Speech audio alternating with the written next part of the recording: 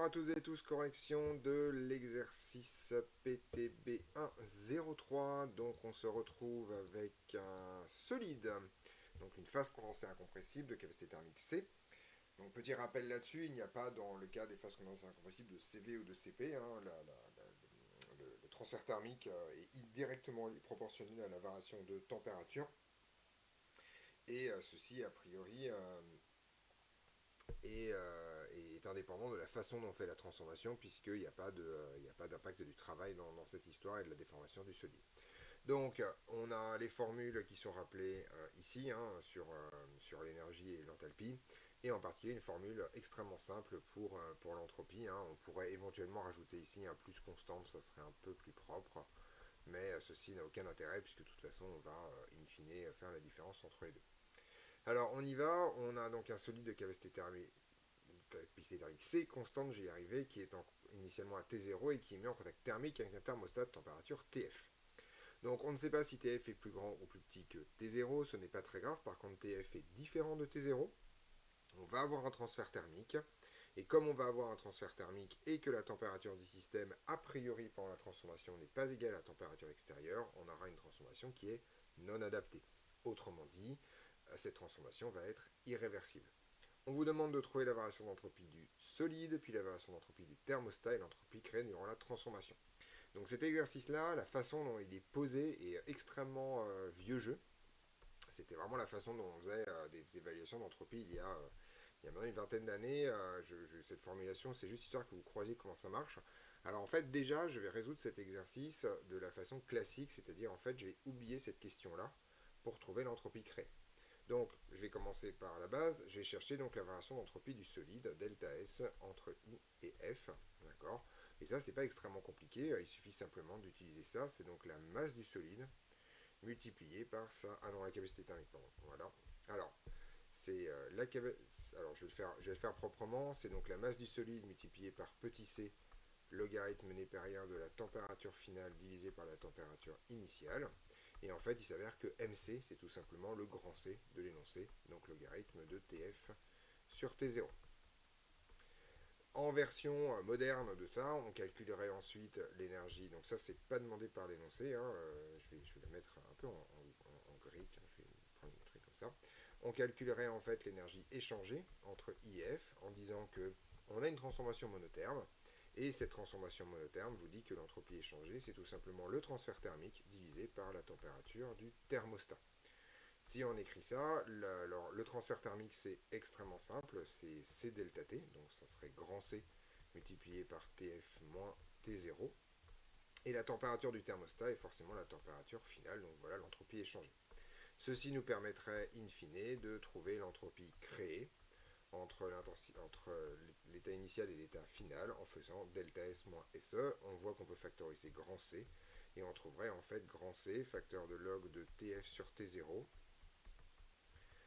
moins 1 plus T0 sur TF, qui en le remaniant est donc de C, facteur de T0 sur TF, moins 1 moins logarithme népérien de T0 sur TF, et qui est donc bien structurellement positif que T0 soit plus grand ou plus petit que TF, positif ou nul. Il suffit simplement que T0 et TF soient de la même température, auquel cas il ne se passe strictement rien. Et comme il ne se passe strictement rien, et bien en fait, on a bien une entropie créée qui est nulle. Ça, c'est la façon de faire cet exercice en version, à l'époque où j'enregistre cette vidéo, c'est-à-dire en version 2025. Ce que demande l'énoncé ici, c'est quelque chose d'un tout petit peu différent, et donc à partir de là, on va un peu bifurquer pour apprendre en fait à traiter ce genre de problème si jamais ça retombe dans un esprit qui, encore une fois, est un peu ancien. Alors en fait, l'énoncé vous demande la variation d'entropie du thermostat. Donc delta S du thermostat, entre l'état initial et l'état final.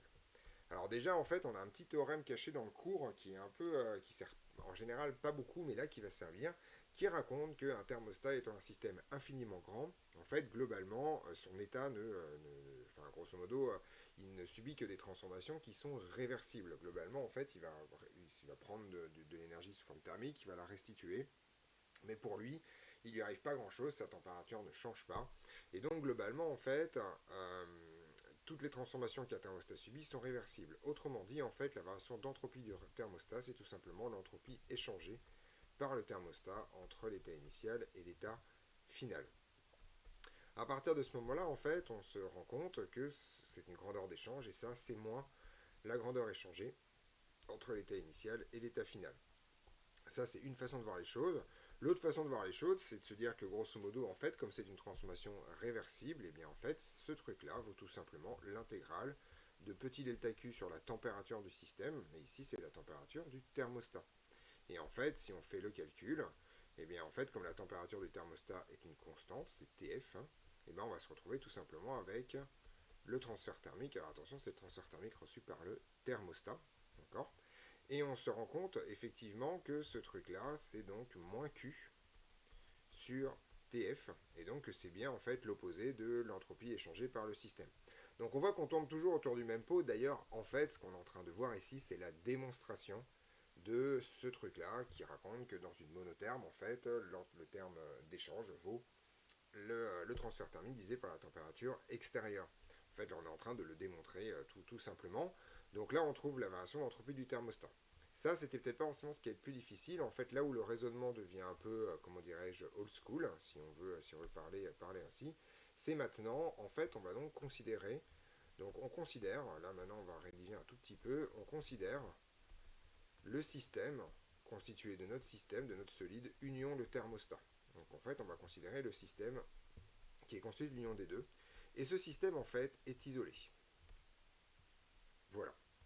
Et donc, ça signifie, en fait, que delta S de ce système-là, complètement, d'accord, hein, je vais l'appeler delta S, je sais pas comment je vais l'appeler étoile, tiens, voilà, comme ça. Delta S étoile, en fait, c'est tout simplement égal à l'entropie créée du système étoilé entre l'état initial et l'état final. Pas du tout au bon endroit, c'est l'indice, ici. Tout simplement parce que ce système étant isolé, il n'y a pas de terme d'échange. Or, en fait, donc la variation d'entropie du système total se réduit à l'entropie créée. Et de surcroît, comme le thermostat ne subit que des transformations réversibles, alors en fait, le terme de création est essentiellement celui qui provient du solide, c'est-à-dire du système. Donc, si on veut évaluer l'entropie créée, c'est pas extrêmement compliqué, il faut évaluer la variation d'entropie de notre solide plus de notre thermostat. Comme S est une fonction additive, et bien c'est pas très compliqué, cette variation d'entropie, c'est la variation d'entropie du thermostat plus la variation d'entropie de notre système. Donc c'est tout simplement delta S entre I et F plus le delta S du thermostat qu'on a évalué ici, à savoir donc, je vais écrire un delta S du thermostat entre I et F.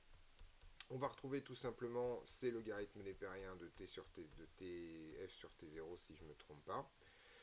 Et on va rajouter en fait moins Q sur TF qui est tout simplement en fait l'opposé de ce truc-là. D'accord. Donc on va avoir C facteur de 1 moins. Alors non, voilà, qu'est-ce que je dis comme bêtise, voilà, moins ici, 1 moins T0 sur TF, et on retrouve exactement la même chose que ce qu'on a trouvé ici pour l'entropie créée tout à l'heure. Donc c'est juste une autre façon d'envisager le problème, en fait. En gros, au lieu de s'intéresser uniquement au solide, on s'intéresse au solide et au thermostat, à l'ensemble des deux, et on dit que comme l'ensemble des deux est isolé, la variation d'entropie de l'ensemble est égale finalement au terme de création, et que ce terme de création est celui associé au système. C'est une façon de calculer l'entropie qui pour moi est un tout petit peu, est plus vraiment à la mode, mais cet exercice est là pour que vous croisiez ça au moins une fois dans votre existence. À ma connaissance, cet exercice est donc terminé. Si je regarde, hein, voilà, il fallait vérifier le signe, mais ça c'est déjà fait. On se retrouve donc dans d'autres vidéos pour d'autres corrections.